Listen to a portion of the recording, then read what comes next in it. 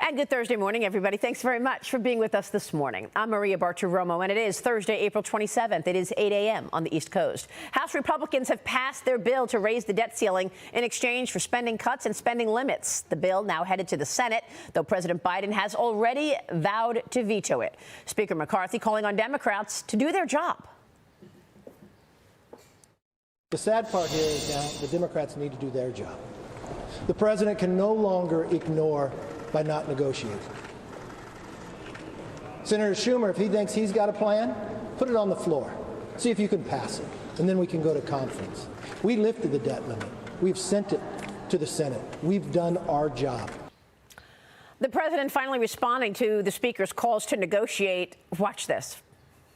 Happy to meet with McCarthy, but not on whether or not the debt limit gets extended.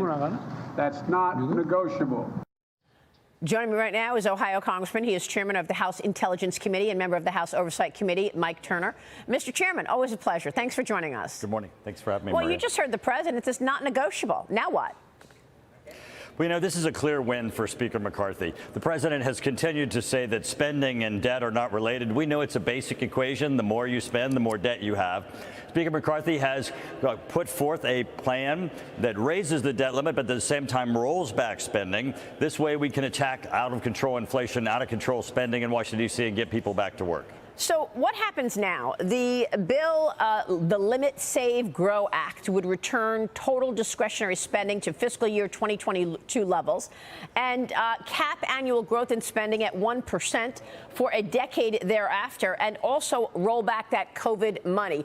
Do you think this has any chance of living here, or do you start from scratch once the Senate acts?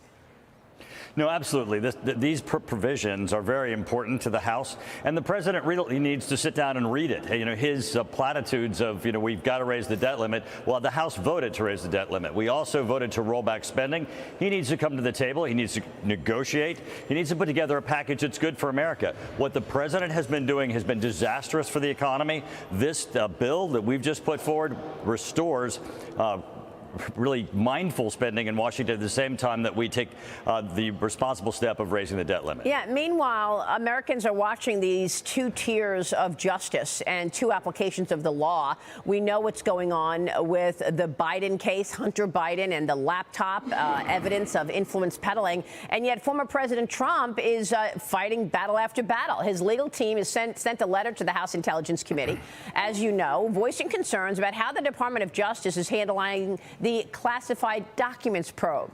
Both Trump and Biden have done the same thing in terms of classified documents, we believe. The legal team writes this: DOJ should be ordered to stand down, and the intelligence community should instead conduct an appropriate investigation and provide a full report to the committee. They also defend the specific documents uncovered, saying it's likely White House staffers simply swept them from the president's desk and into boxes, where they have resided ever since. Congressman, what is your take on all of this?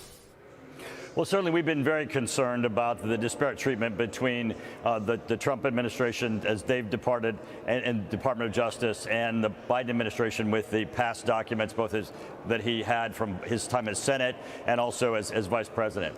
Both currently have special prosecutors, and I think people frequently miss it. The Biden administration, President Biden himself, has a special prosecutor looking at the criminal aspects of his misuse of classified documents. But our committee has already been looking at this issue on the misuse of classified documents. We had the archivists into our committee to testify, and they actually testified that every administration since Reagan has delivered to them boxes of a mixture of classified and declassified documents, unclassified documents, that were mixed together. There's been mishandling with a history that goes all the way back to the Reagan administration. We're looking at how do we change the laws, how do we change the rules, and how do we address this so it doesn't affect future administrations, and it certainly shouldn't affect these two. Well, it's pretty incredible what's going on with these two tiers of justice. I want to get your take on where your investigations stand. Congressman, you and the Judiciary Chairman, Jim Jordan, wrote a letter to Secretary of State Anthony Blinken. You're demanding answers about the letter signed by 51 intelligence officials, which called the Biden laptop Russian disinformation. A former CIA official testified that Blinken and the Biden campaign coordinated to get that statement out to squash the story. New York Post columnist Miranda Devine joined me yesterday to discuss this. Here's what she said. Watch. his role in organising that 51 Intel officials' dishonest letter is really something to be seen. It's proof that the Biden campaign did orchestrate it. Antony Blinken then was working for the Biden campaign. He would not be Secretary of State today if he hadn't been so involved with the Biden family. And Congressman, there's a great op-ed from Jonathan Turley in The Hill, Antony Blinken and the made men of the Biden administration. And he goes on to say all about this, that it was Blinken who started all this letter to get the 51 people to sign the letter to, crush the Post's reporting on the Biden laptop. Same thing with Jake Sullivan. He was out there peddling the Russia collusion story, which was another lie in 2016 and 2017. He got a big job. He's now the national security advisor. Are you investigating this? Absolutely. In conjunction with the Judiciary Committee, Jim Jordan and I are working very closely together on this. The issue here is that recall that many in the media would not report about the Hunter Biden laptop issue, claiming as a result of this letter that this was Russian disinformation. The reality is that the letter that claimed it was Russian disinformation, that was coordinated allegedly by Secretary of State Blinken, was political. This was political in nature, that they tried to suppress this story. The media used that letter as if it was some official letter declaring this Russian disinformation. In fact, it was true. Later, they've had to go back and acknowledge the contents of Hunter Biden's laptop are real, and the things that are inside of it, which are totally damaging to the Biden administration, need to be investigated. Yeah, I mean, we knew it because John Ratcliffe, former DNI, came on this program in October, right before the election, and said it's absolutely not Russian disinformation. But the media, they had that letter.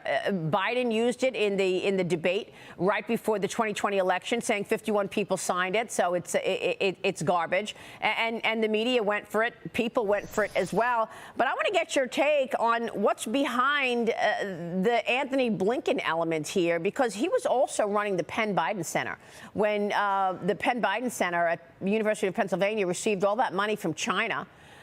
We ask the question if Joe Biden is compromised all the time because of the money that we apparently understand his family has taken in. What about others in his administration? Is Antony Blinken compromised as well?